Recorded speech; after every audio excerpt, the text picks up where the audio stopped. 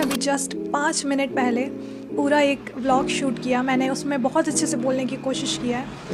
मैंने उसमें ये भी कहा था कि इससे पहले मैंने बहुत बार व्लॉग करने का ट्राई किया है, बट हर बार कभी किस्मत साथ नहीं देती, कभी शक्ल साथ नहीं देती, कभी वाणी साथ नहीं देती। और फिर व्लॉग शूट करने के बाद जब मैंने बैठ के उसे देखा तो बेसिकली मेरे पूरे व्लॉग के पीछे गाना बज रहा है, मेरी एक भी आवाज़ नहीं आई है। मैंने सब कुछ बोला है, मैंने पूरी एक स्टोरी सुनाई है। ऐसा गाना नहीं बज रहा है कि पीछे कोई प्ले हो रहा है और फिर नहीं। एक्चुअली मैंने शूट ही इंस्टाग्राम के थ्रू किया था और उस पर रील में गाना नहीं आता यार, चलाते नहीं आता। इसे कहते किस्मत का साथ ना देना। ठीक है, कायनात ही नहीं चाहती कि मैं व्लॉगिंग करूँ, अब मैं इसमें क्या करूँ? यू नो व्हाट, मेरा ब्रेन मुझसे ये कह रहा है कि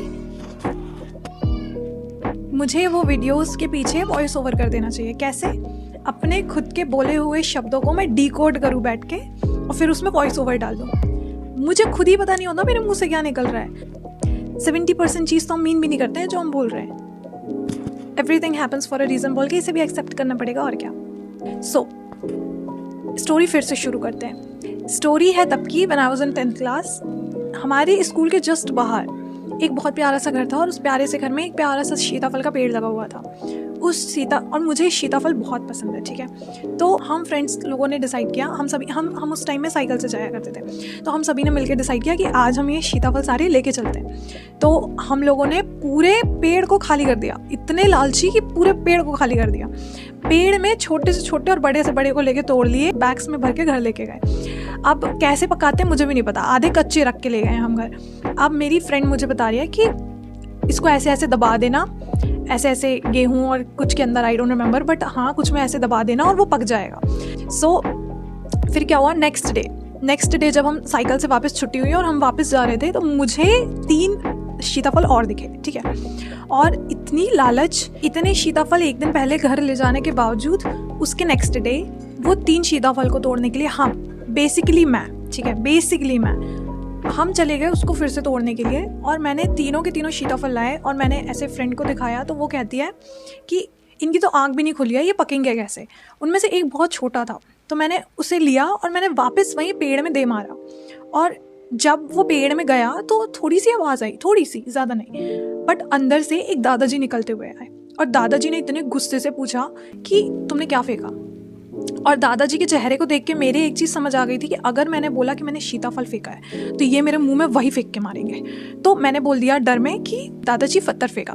तो दादाजी को नहीं पता कौन सी चुल मची थी, दादाजी, मुझे नहीं पता उनके अंदर क्या चल रहा था, पर उन्हें बहुत गुस्सा चढ़ा हुआ था और वो उस फेंकी हुई चीज़ को देखने के लिए उन झाड़ियों के बीच में घुस गए और वो लिटरली ऐसे ढूंढने लग गई कि क्या फेंका है बच्चों ने। और हम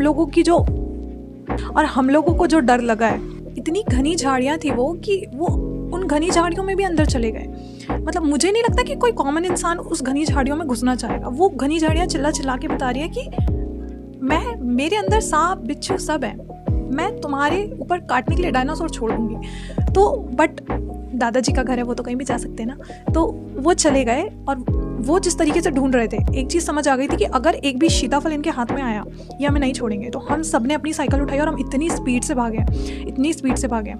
हम सब ने डिस्कस किया और नेक्स्ट डे हम स्कूल ही नहीं गए। और फिर उसके नेक्स्ट डे हम सब लोगों ने मुंह बांध के जाना स्टार्ट किया। मुंह बांध लिया, बिल्कुल मुंह दिख नहीं रहा है। कोई गारंटी नहीं है ना कि